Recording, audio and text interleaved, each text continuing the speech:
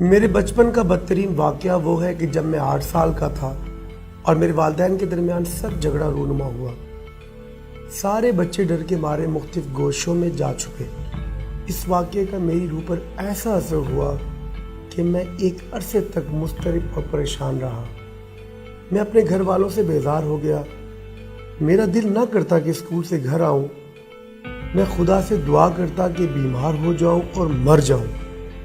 कई दफ़ा मैंने खुदकुशी का सोचा। कई मरतबा ख्वाबों में मैंने देखा कि मैं अपनी होने वाली बीवी से लड़ रहा हूँ और इससे जंगो जदाल में मसरूफ़ हूँ। आलम ख्वाब में मैं ये प्रोग्राम बनाता कि अपने हक़ को मैं कैसे बचा सकता हूँ।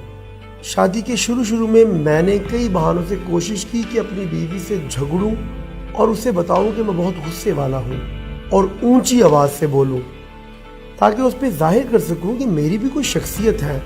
खुशकिस्मती से मेरी बीवी ठंडे दिलो दिमाग वाली और अक्लमंद थी। वो मेरे साथ अच्छा सलूक करती थी और उसके बाद दलील व बुरहान से मुझे मुतमईन करती।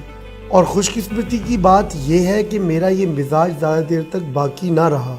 जब मुझे अपने माँ बाप की गलती का एहसास हुआ और मैंने खुद अपनी कमज़ोरियों पे नज़र की तो मैंने अपने इखलाक को तब्दील कर लिया और अब ज़िंदगी आराम से गुजर रही है।